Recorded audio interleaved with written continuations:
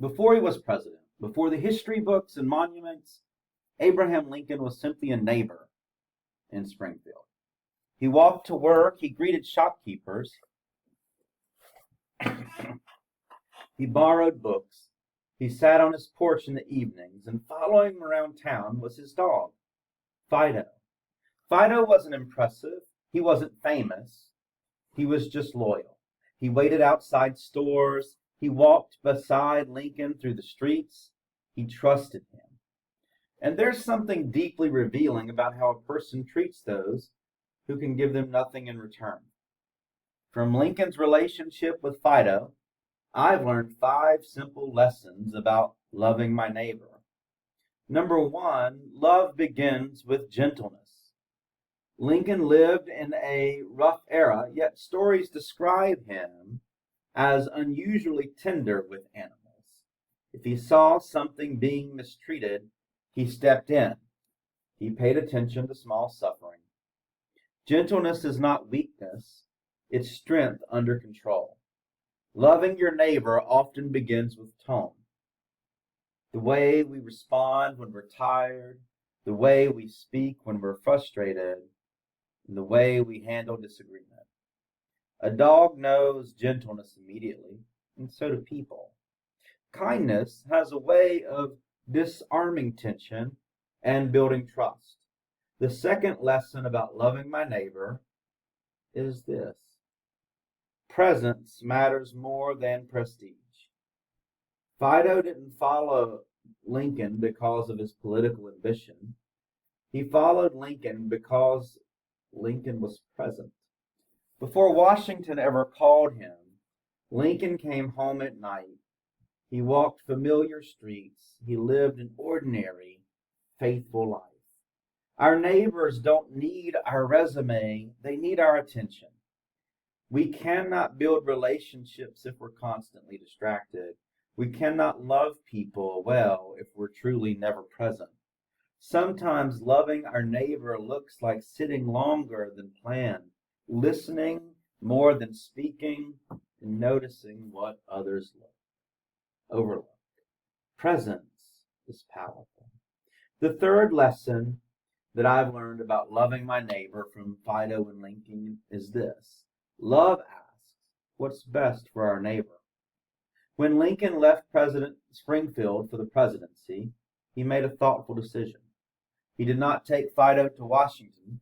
He believed the noise, the crowds, and the chaos would overwhelm him.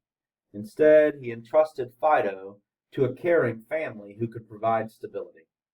That decision, it cost him something, but it was rooted in care. Loving our neighbor means asking a different question. Not what do I prefer, but what serves my neighbor best.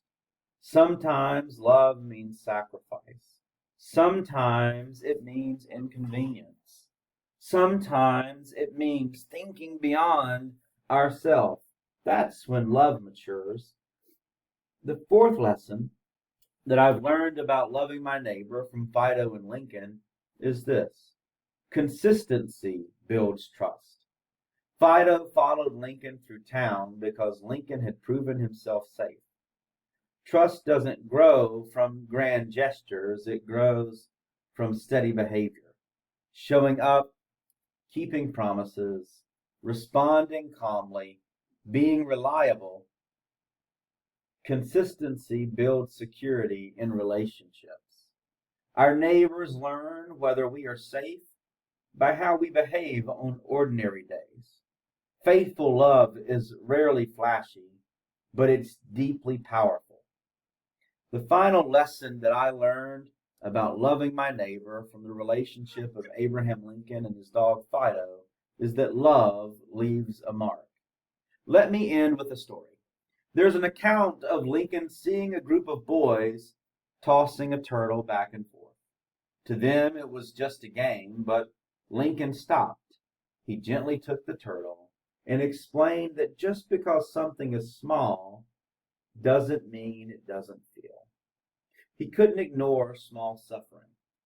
The same compassion shaped how he treated Fido. When Lincoln left Springfield, Fido stayed behind with friends who cared for him.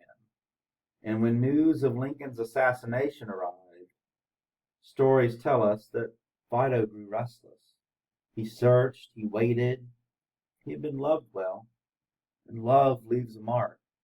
Lincoln's legacy was shaped by speeches and leadership, but it's also shaped by quiet kindness on a sidewalk, by patient walks with a dog, by small acts of compassion no one was recording. And that's what I'm learning too.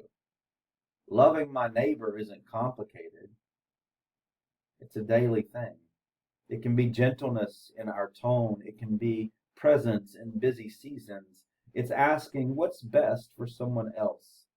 It's steady, consistent care.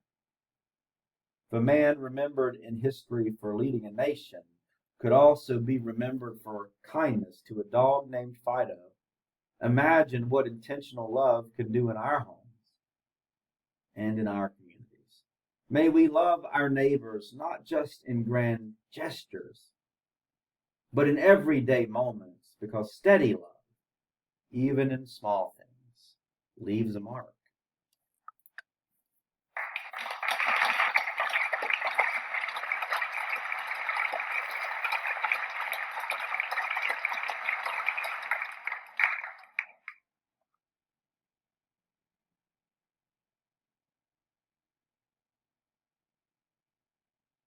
Hi, I really liked the part about gentleness being strength under control. That was cool. I was just wondering, like, what's one small way we can practice that this week at school? Like, something super practical we could actually try? I think it's listening to people around us, thinking outside of ourselves, thinking about others. When we're listening, think about why is this person thinking this way? Having that other-oriented perspective is so important.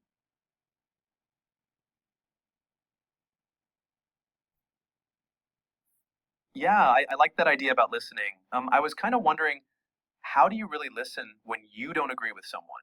Like, especially at school when people have super different opinions. How do you stay other focused in that moment? I feel like it's important to listen to understand. Listening does not mean I agree with someone. It does not mean you agree with someone. It means you value and respect them as a person. And isn't that an act of loving someone by giving them space to know that they're seen?